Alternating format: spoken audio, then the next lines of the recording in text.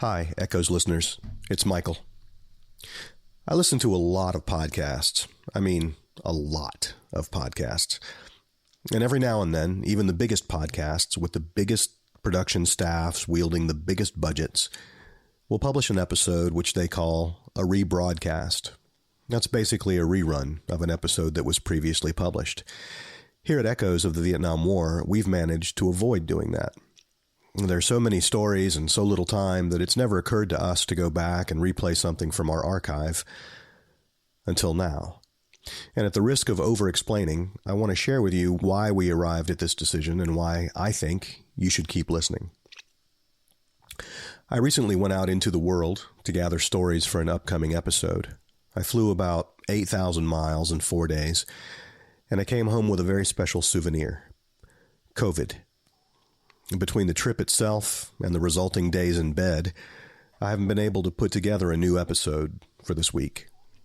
So we had a choice: either skip this week altogether or republish something from our archive.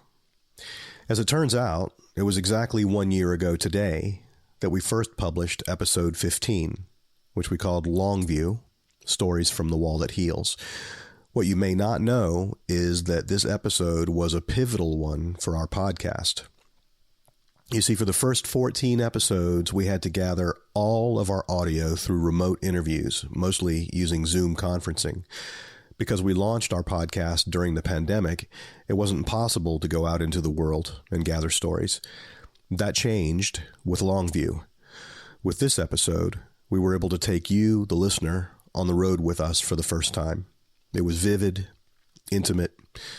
The stories that we gathered were really, really powerful.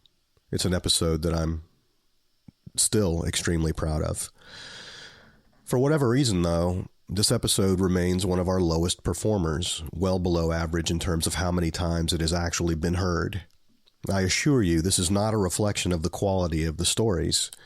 I think it's one of our best episodes. Maybe I didn't give it a catchy enough title. Maybe the episode description wasn't compelling enough. Maybe it was just bad timing or bad luck. Who knows? All I know is you can't like or dislike an episode you haven't heard. As of today, I'm officially back in the saddle and working on the next 3 episodes, which I promise will be very special ones. In the meantime, please enjoy this rebroadcast of one of my personal favorites. Stick around. From the Vietnam Veterans Memorial Fund, founders of The Wall, this is Echoes of the Vietnam War.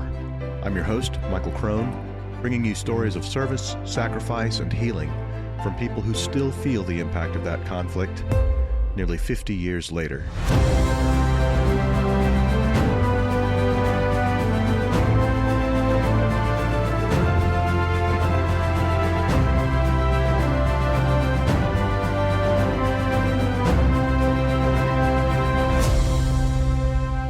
This is episode 15, Longview.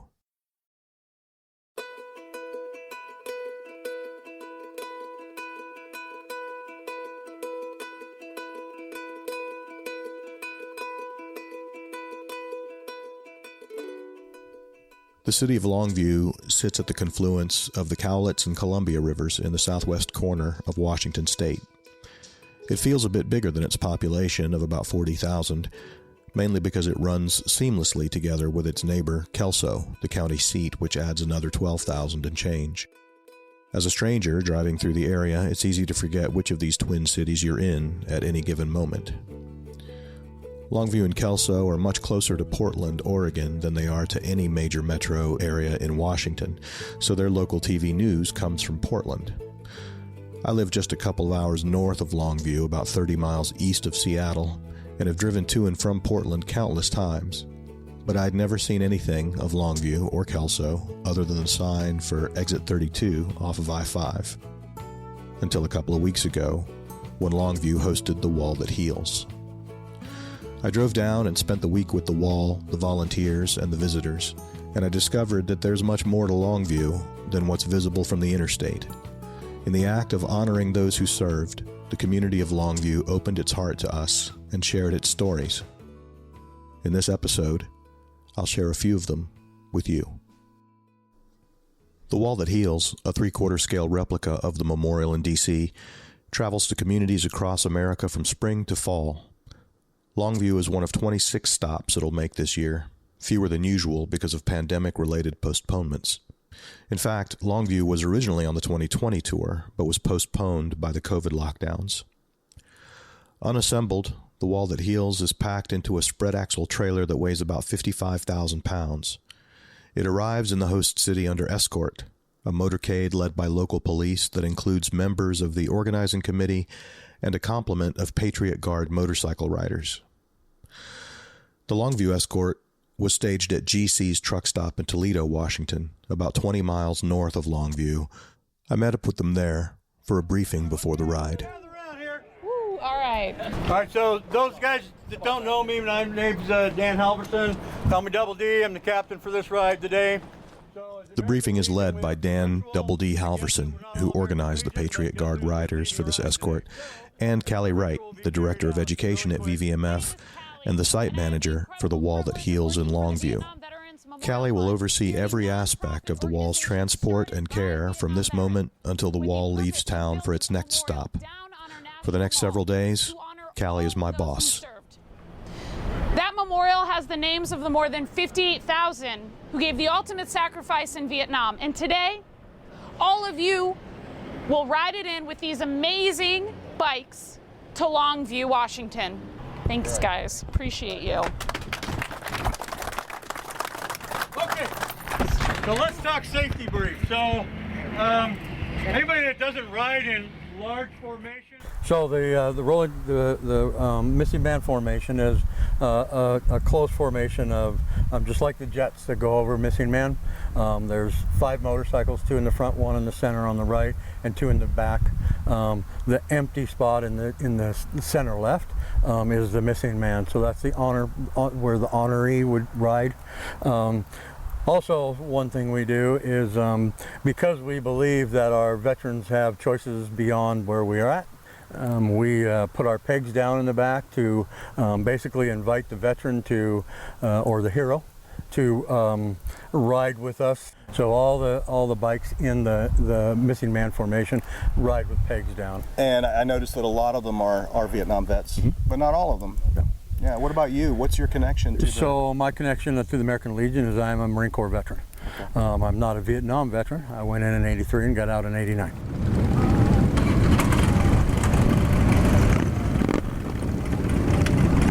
The escort pulls onto I-5, led by Longview PD. Right behind them is the American Legion Patriot Guard's missing man formation, followed by the tractor trailer pulling the Wall That Heals. Then come the rest of the bikes, almost all of them flying the American flag. And then comes me in my Volkswagen, and behind me are members of the organizing committee. Longview PD brings up the rear. As we mix with the other southbound motorists, I notice that they treat this escort with reverence and respect. Some join us for a few miles before moving into the passing lane. At one point, we go under an overpass where several first responder aid vehicles are parked with lights flashing. Firefighters and paramedics stand at the railing and salute as we pass under them. Eventually, we get off the interstate and enter Longview by way of Nichols Boulevard. It's lined with huge oak trees on either side which come together to form a leafy green canopy over the procession. The street is lined with people welcoming us to town with waving flags and applause. The school children make up a significant portion of the crowd on both sides of the road.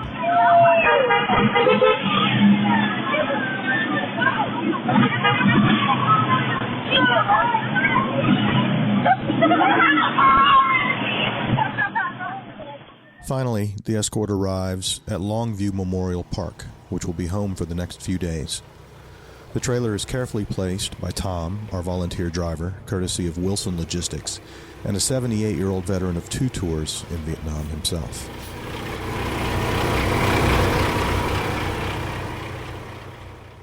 Every site manager for the Wall That Heals is assisted by someone called a cadre, who has experience touring with the wall and can serve as kind of a lieutenant. Callie's cadre in Longview is a longtime VVMF volunteer turned employee named Nikki. Nikki's a professional massage therapist who is also studying to become a counselor for combat veterans. She's warm and engaging, but no nonsense when it comes to treating veterans and this wall with respect and reverence. She wears several MIA bracelets on her wrist and refers to them as her guys. I want to learn more about her connection to Vietnam veterans and those MIA bracelets, but I never get the chance. The wall keeps us busy 12 to 14 hours a day, and every night after dinner, Nikki goes straight to her room to write papers for her master's degree program. Early the next morning, it's time to put up the wall. Callie and Nikki direct the local volunteers, which include 2 large work crews provided by Weather Guard, a local roofing company, and J.H. Kelly, a huge construction company headquartered in Longview. Nikki reminds the crews that erecting the wall is not a matter of speed, but of respect. The 140 numbered panels containing the names of the dead weigh up to 80 pounds each, and even the lighter ones are always carried by at least 2 people. That's so that the panels never touch the ground, as they are carried about 60 yards from the trailer to where they'll be erected on an aluminum frame. As the components of the wall are emptied out of the trailer and expertly assembled, the trailer itself is converted into a mobile education center, featuring Vietnam War timelines, artifacts from the era, items left at the wall, and short informational videos. Despite the rain and the mud, the whole process only takes about 6 hours. Callie says this is probably a record, the result of having 2 professional work crews on the job. As soon as the setup is complete, Callie leads a training session for the volunteers who will be on hand to assist visitors for the next few days. I am so excited you're here tonight. I promise before you leave, you're going to learn absolutely everything you need to know about being a volunteer. But before we move on, we're going to play a quick game called Are You Smarter Than the High Schoolers That I Had Out Here Last Week? The intense afternoon sun has dried out everything but my socks, so I borrow a dry pair from Nikki and change into a clean shirt. More than 400 people will attend the opening ceremony later that evening, which features speeches from the organizers and a local veteran of the Vietnam War, an honor guard to perform full military honors, and the choir from the local high school. United States Marine.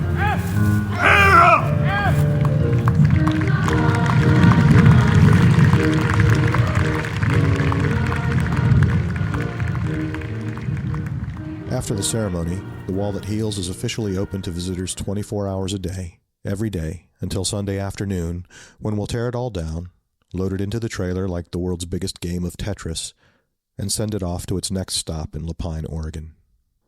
Nikki and Callie and I stay until the sky is dark and the wall is lit up. As we leave, I see couples and small groups of visitors at the Mobile Education Center and down at the wall, with more filing in from the parking lot. At the wall, a man is down on one knee, praying, with one hand on the wall. Some people, and especially some Vietnam veterans, prefer to visit the wall at night when it's quieter.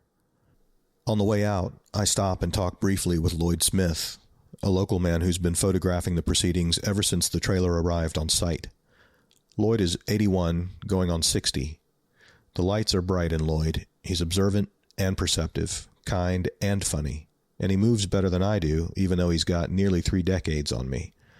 He tells me that his friend Bill McGee, a Vietnam veteran, will meet me tomorrow to share his story.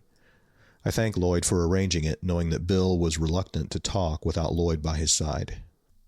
It occurs to me that a person could accomplish just about anything with Lloyd by their side. Early the next morning, we arrive at the site, coffee in hand, just as the first of several school buses is starting to unload. Callie breaks the kids up into smaller groups and takes one to the front side of the education center, while Nikki takes another group to the back side. The third group follows me out toward the wall. We have about 15 minutes to get through our spiel before we rotate the kids. I start my tour at the in memory plaque, so the kids understand that the memorial honors everyone who served, not just the 58,281 names on the wall. I talk to them about how the wall is a narrative on many levels, from its design and orientation to the symbols next to the names.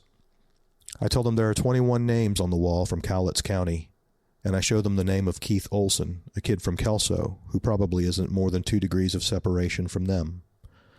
I teach them how to find the name of Dan Bullock, a U.S. Marine who died in Vietnam at the age of 15, having lied about his age. Some kids in the crowd are around that age themselves or have siblings who are. And I tell them about the 8 women on the wall. Women weren't eligible for the draft, so every one of the more than 10,000 who served, including the 8 on the wall, was there because she raised her hand and said, "I'll go." I tell this handful of stories to more than 1,500 students in one day. But the wall isn't just a source of stories. It's a magnet for them as well. For example, I got to spend some time with Steve West, whose motorcycle buddies call him Wacko. He's one of the Patriot Guard riders who escorted the wall into town, and he also participated in honor guard ceremonies throughout the week. He's a local guy and a Vietnam-era veteran. In 1967, Wacko had orders for Vietnam and was on a plane to Chu Lai when he got diverted to Korea instead. He has 31 friends on the wall, including nearly all of the boys from Cowlitz County. One of the ones from Kelso was one of my dearest friends in high school. What was his name? Harvey Sanders, United States Marine Corps. He was in country about 3 weeks when he was killed. How old was he? He was 20 years old at the time. And his name is called last every Veterans Day at the assembly they have at the Kelso High School. His is the last name called. I do pretty good until I hear his name. And then I choke up pretty good. I get pretty emotional. Yeah, we were just cut from the same cloth, it seemed like, I guess. And like I said, he went in the Marine Corps after getting a draft notice, and he didn't last very long in the country. He was killed in an operation called Operational 1. 19 East, line 101. Yeah, I see. Here's Harvey's right here. Harvey R right here. Yeah.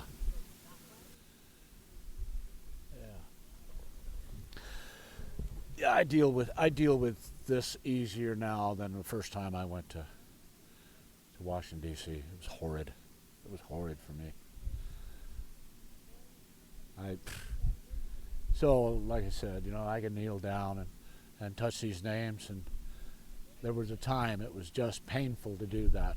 I can do it now without a lot of hurt.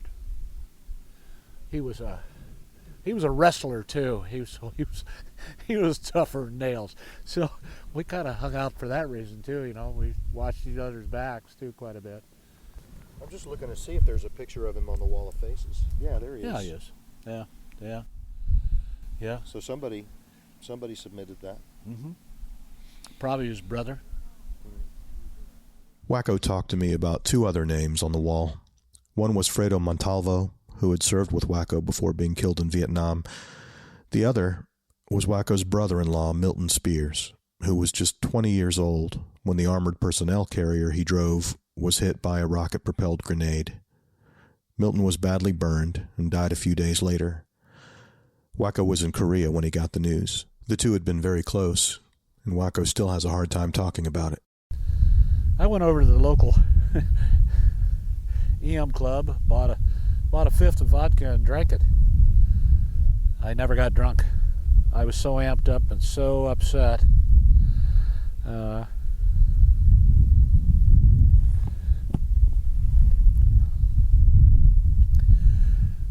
Between the rage and the tears, I finally ran out of tears.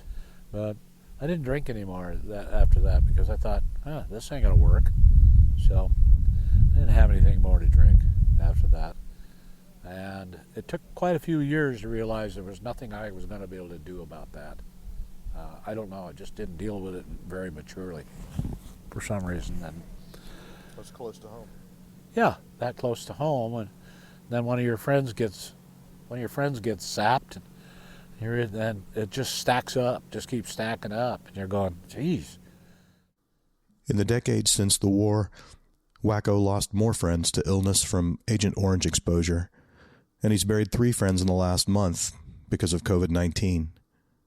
Despite all this loss, he remains one of the sweetest, most upbeat people I've ever met. But even at 74 years old, he's still not somebody I would challenge to a bar fight.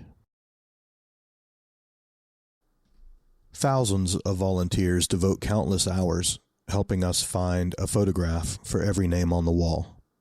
Over the years, we've managed to find a photo for all but about 31 names. If you look at the wall of faces, you'll notice that wherever we don't have a photo to go with a name, we use a graphic. It's an image of a very tough-looking Marine. We use the same image for other applications, on banners, for example, and as the icon for our mobile tour app.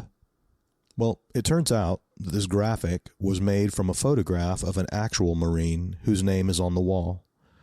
James Mitchell Trimble of Humboldt County, California, died on a hill overlooking the Quezon Valley on April 6, 1968. I learned all of this in Longview when his cousin, Linda Gideon, visited the wall that heals and told me her story. It was late when I met Linda, and I had already put away my fancy audio gear for the day, so I recorded our conversation on my phone.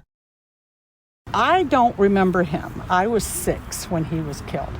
I just knew we had a cousin that was in Vietnam and he didn't come home, and we don't talk about it because his dad didn't want to talk about it. But what do you know about him as before he went to war? What have you learned about him? What I have learned about him was that, from what I've gathered, Jim was part of a bitter custody battle between his mom and father. And his father was opposed to him joining the Marines, to joining the military. And he wanted to, and so in the middle of this dispute, an aunt gave him permission to join at 17. And that's how he joined the Marines. And that's why, from everything I was told when I was younger, that his dad was very heartbroken and very bitter. Sure. And, that he didn't want him to go, and now his son's gone. Jimmy and his comrade Tony Pepper died together on Hill 700 when an enemy mortar landed in the foxhole where they were taking cover. Their bodies were never recovered. Linda shows me another picture of Jimmy, one before he went to Vietnam, and the contrast is striking. He was a handsome kid. I look at the pictures of him, and I'm just so struck in the one picture, the one that y'all used actually. He looks like, this angry 19-year-old, and he looks angry there, angry. And then you look at that, and he's just this kid holding a puppy. I had a man come here earlier today, and he asked me for help finding a name. And this man was already in pieces. It was hard for him to be here, I could tell. So I helped him find his name, and I offered to do a rubbing for him, and he allowed me to do that, which, I consider a privilege. Right. And as I handed him the rubbing, I don't remember whose name it was. I've done several today, but as I handed him the name, I said, what can you tell me about this person? I called him by name. I don't remember what the name was. Right. What can you tell me about Ronald or whatever, right? And the guy could barely speak, and he just looked at me and he said, he was just a kid, like all of us. And he turned around and walked away. That's all. He didn't want to talk about it. Yeah. It's easy to look at that graphic version of Jimmy and see a man. He was a 19-year-old kid. He was a kid. Probably scared shitless. You bet. Yeah. But Let's go find Jimmy. Yeah. Okay. Oh, we're this way, 4080. All right, here's 48. Yeah. Jim is right here. James Trimble. And then Anthony Pepper is... Where's Anthony? Wait, hold on. Oh, there he is. Okay. Yeah, there's James. James Trimble. And then Anthony's right here. Yeah. And they're forever linked on this wall and in death on a hill.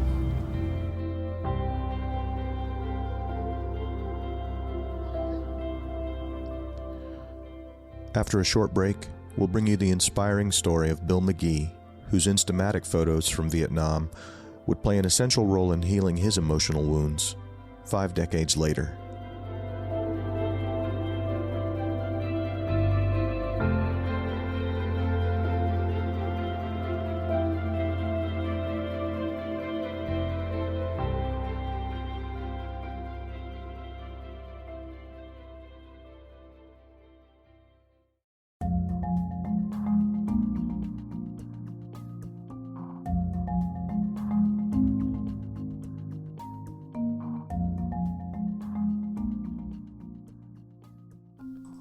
I hope you're enjoying this rebroadcast of the Longview episode as much as we enjoyed making it for you, and that it's giving you some sense of what we mean when we talk about wall magic.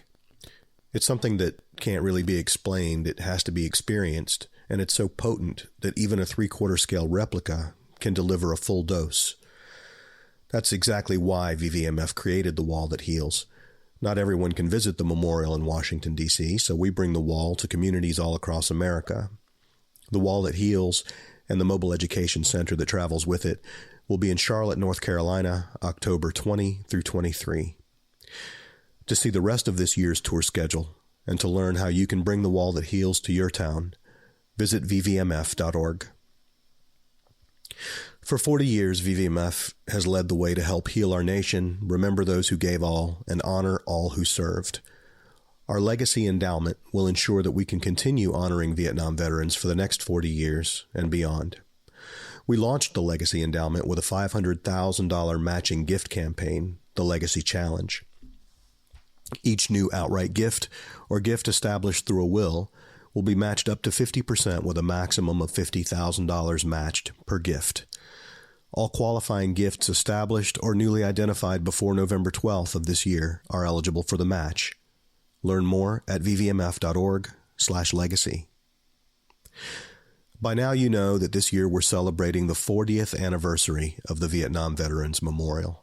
To commemorate this milestone, every day at 3 p.m. Eastern, we read the name of every wall honoree who died on that date. This is in addition to the live in-person reading of the names that will be held in Washington, D.C., beginning on November 7th.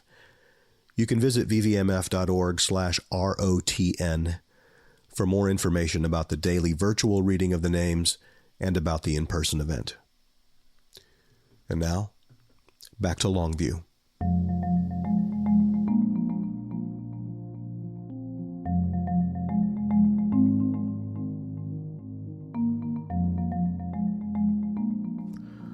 Bill McGee spent the first 15 years of his life in Portland, Oregon.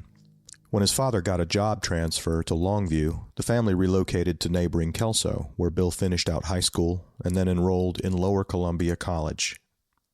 Like a lot of draft-eligible young men, Bill volunteered for the military.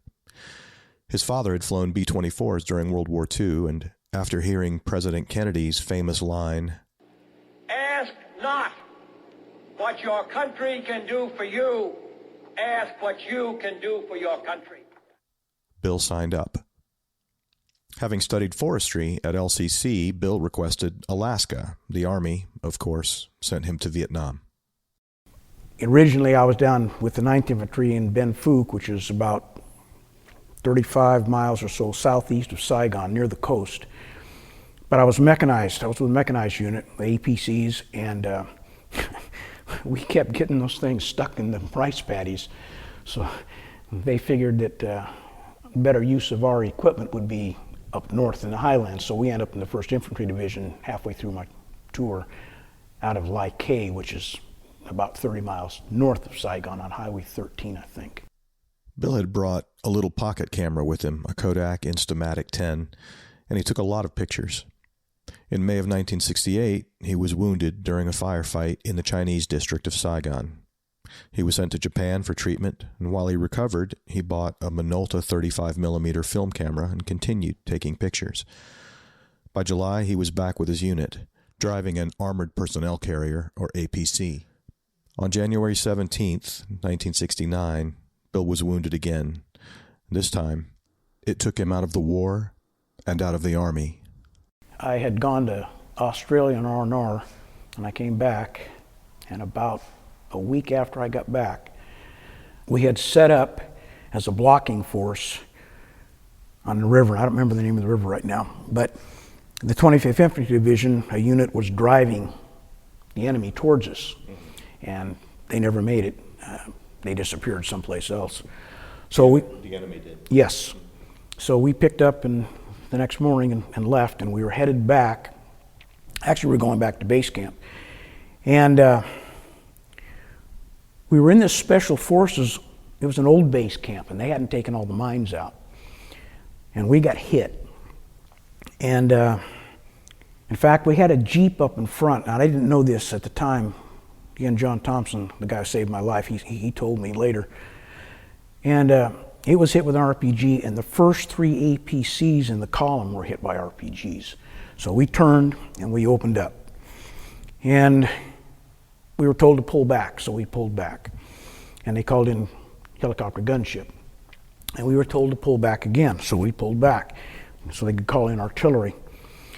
And that 50 sits right up here to my right, and you can't fire the thing, you just got a butterfly handle. You just can't hold it down or you'll melt that barrel in no time. So it's short bursts. But after 20, 30 minutes, that barrel gets hot. So I went over the side of the APC, because I was going to go around back and get the extra barrel out. So I went over the side, and right where I hit, and I assumed my right foot hit directly on the we called them booby traps, IEDs today. It could have been a hand grenade that was set up or something else, we don't know for sure. So my right foot probably, I'm guessing, absorbed 80% of the blast, and it was gone immediately. And my left leg was badly damaged. I've got over 300 stitches from my knee to the bottom of my foot. I lost part of my ankle muscle, I lost part of my calf muscle, I had a compound fracture. So I'm laying on the ground, and John Thompson jumps off the APC, and he came, he put tourniquets on me, he shot me with morphine, he put his body between me and the fire that we were taking. When the medevac got there, which wasn't very long, I mean, it was like maybe 7 minutes, maybe. And so he set me down, and he went and directed the chopper down. He come back and picked me up and literally carried me and put me on the chopper. You know, his leadership, his quick thinking, and his courage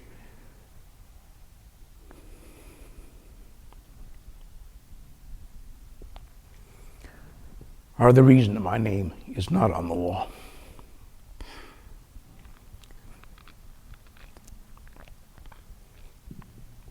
So they choppered me to IK, and I was probably in surgery in another 12 minutes. That's the last thing I remembered, was sitting up on the x-ray table.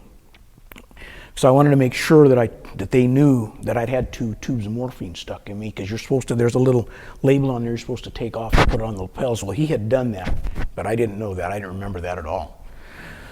And that's the last thing I remember. 24 hours later, I wake up and nurse comes over, and she checks my vitals, wants to know how I'm doing. And she said to me, you might want to consider writing your folks a letter.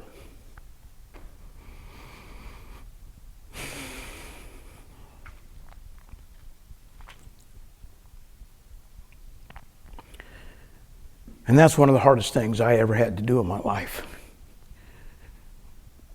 I didn't know what to say. You know, I started off with, I've done it again, meaning I'd been wounded again. And I didn't want to really write the letter. I didn't know this at the time. I found out after I returned, my dad had told me that my mom was on tranquilizers the whole time. She was just a basket case. But I also found out from my dad's really good friend at work, that my dad was beside himself, is the words he used, because he didn't know how I was going to make it in life. And part of that had to do with his brother had lost his leg above the knee in a logging accident in California in 1958. And my Uncle Tom kind of turned into a bitter alcoholic. It was hard to be around him at times. And, you know, hard time holding on to jobs and stuff. And so, anyway. So your dad thought that's... Yeah, he was afraid that was the path that I would go down. Bill never went down that path, but like so many young men who returned home from Vietnam, he found that public sentiment had turned against the war and, unfortunately, against those who fought it. He had done what he could do for his country. but there were no yellow ribbons, no parades, no thanks for your service, no welcome home, soldier. Bill told me, and he has said it in other interviews as well, that the homecoming was the worst part of his whole Vietnam experience. Worse than being wounded twice, worse than losing his leg, worse than all of the horrible things he witnessed. He tried to talk to a few people about it, but quickly learned to keep his feelings to himself. There just wasn't any talking to people, some people anyway.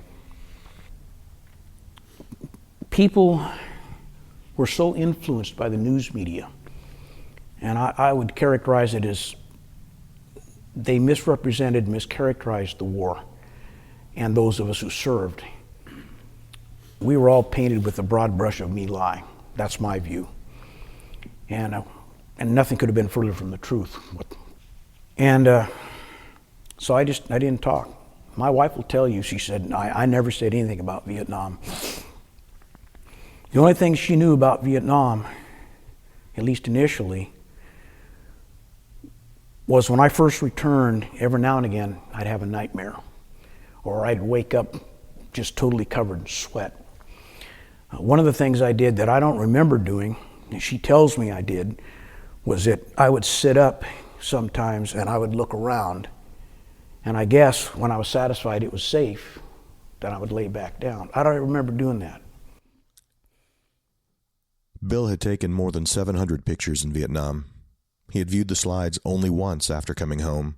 After that, he put them away and didn't touch them again. For decades. Bill and his wife Jane have had season tickets for the Washington Huskies football team for 40 years. Jane had played in the Huskies marching band in the late 60s, and they traveled to some away games. In 2016, the Huskies played Stanford on the Saturday before Veterans Day.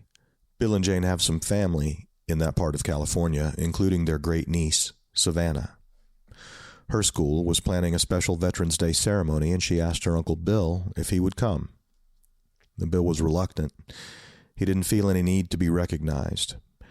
I thought I was healed, he told me. He had prayed for healing and had people pray with him. He had forgiven and forgotten, or so he thought. But he found it hard to say no to 10-year-old Savannah, so reluctantly, he went. The program lasted more than an hour, and within the first 15 minutes, Bill was fighting back tears. Remember, this was nearly 50 years after he came home from Vietnam, and it's the first time he's felt anything like collective gratitude for his service and his sacrifice. That feeling opened floodgates that Bill wasn't even aware of. He almost made it to the end in one piece. And then the video started. All these 10-year-old kids looking into the camera and thanking their moms and dads, aunts and uncles, grandmas and grandpas for their service. And up pops Savannah.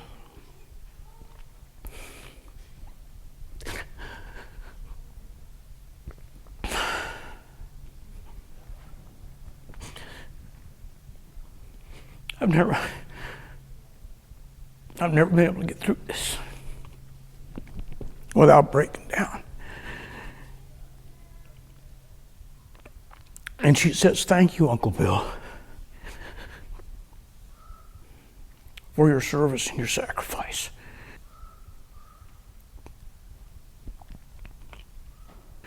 And that's a good thing that was the last thing on the agenda, because I headed straight for the bathroom. I had to get myself back together because they gave us a meal. I mean, they served us. I mean, they treated us like royalty. And so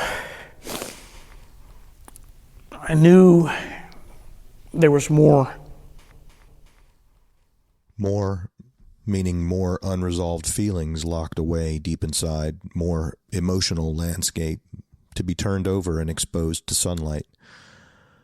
Bill thought of his photo archive. And so I went to Lloyd in church one day. We really didn't know each other that much before that, other than to say hi. Lloyd is Lloyd Smith, the youthful 81-year-old photographer I mentioned in the first half, the one who introduced me to Bill, and who was in the room during our interview. You'll actually hear Lloyd in the background, chiming in now and then, whenever Bill needs a prompt. And I knew he was into photography, and so I mentioned to him, I said, I had all these slides from Vietnam that I'd like to get put to disc. And he jumped on that, and he said yes. And so, in fact, I'll show you how much he jumped on it. That was in either late August or early September. That's 3 years ago now, I think. So by November, late November, I think it was after Thanksgiving you called, might have been early December. I still hadn't gotten him to him. I hadn't really done anything. I haven't talked anymore about it. And he calls up and he says, you know, we're not getting any younger. He said, could you bring those slides down? So I did. And in less than 5 days, he had them all scanned. And he'd send them to me on a computer. He'd put them on a flash drive for me. But that wasn't all that Lloyd did with those images. Lloyd thought they needed to be seen, and so he asked Bill's permission to share them. When Bill told Lloyd to do whatever he wanted with them, he had no idea how far that permission would be taken. Lloyd sent the images to the Cowlitz County News, and people in the local community began thanking Bill for his service, both online and in person. Bill was overwhelmed. Savannah had started an avalanche in his life. But Lloyd didn't stop there. He started posting Bill's photos in relevant Facebook groups and sending them to every veterans group he could find.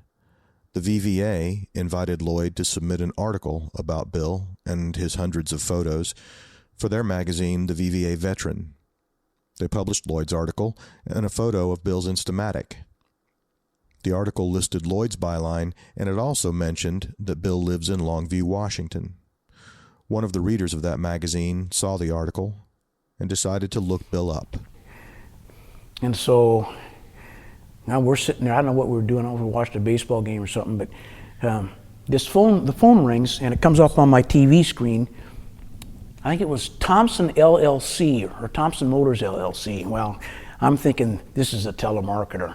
And so I was going to pick it up and click it on and then click it off and put it back down. But I didn't. I picked it up and I said, hello. He says, is this Bill McGee? And I recognized his voice. I said, yes, it is. He says, this is This is Sergeant John Thompson. And we talked for about 40 minutes. I had to go into the bedroom.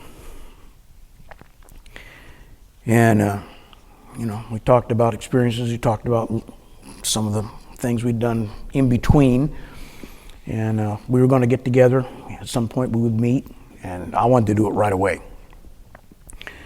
And I came back out and I started to tell my wife, and, she knew who it was without me having to tell her. And she's heard me talk about him.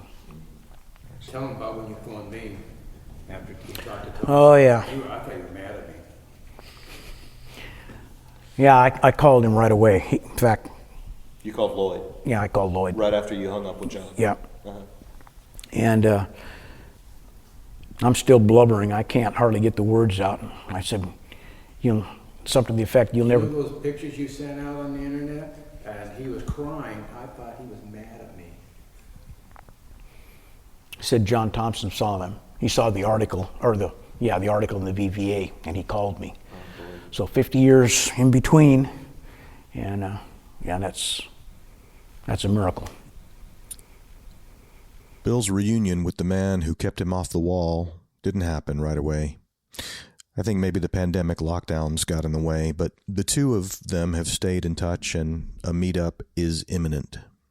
In the meantime, that revived connection has brought Bill a dose of healing that he didn't even know he needed. Savannah lit the flame, and Lloyd poured gasoline on it. I built walls around myself.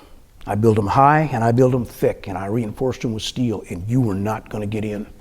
I was not going to allow the beating that I took when I came home. Again, I would do whatever I had to do to protect myself from that emotional, mental pain. And so I did. And for years I didn't talk. He had to almost twist my arm to get me to do the first article with the... In fact, I put him off for 10 days. I didn't answer because I didn't want to do it. I really didn't want to do it. That's how much healing has come. I'm so grateful that you were willing to talk to me about all this. Thank you for the opportunity.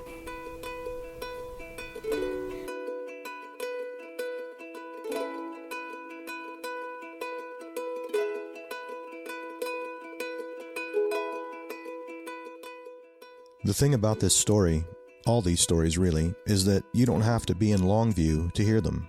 These stories are everywhere in America, and they need to be heard while there's still time. If there's one thing I learned in Longview, it's this. The Wall That Heals isn't really our program at all. We just deliver the hardware and the software. It's communities like Longview, communities like yours, that breathe life into it.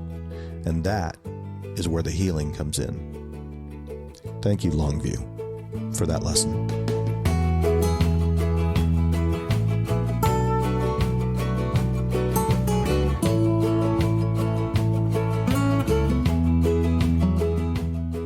We send our sincere thanks to Rick Little and all of the Longview organizers for hosting The Wall That Heals, to all the Patriot Guard riders and the Longview Police Department, to every school teacher in Longview and Kelso who made sure their students were present, well-behaved, thoroughly prepared, and highly engaged, to all the volunteers who made sure every visitor got what they came for, 24 hours a day for 3.5 days, to everybody, amateurs and professionals, who carried a panel or swung a hammer or tightened or loosened a bolt, to every musician who played or sang a note, to every speech maker, to every honor guard participant, and to the drivers from Wilson Logistics. Y'all really helped some people. Thank you.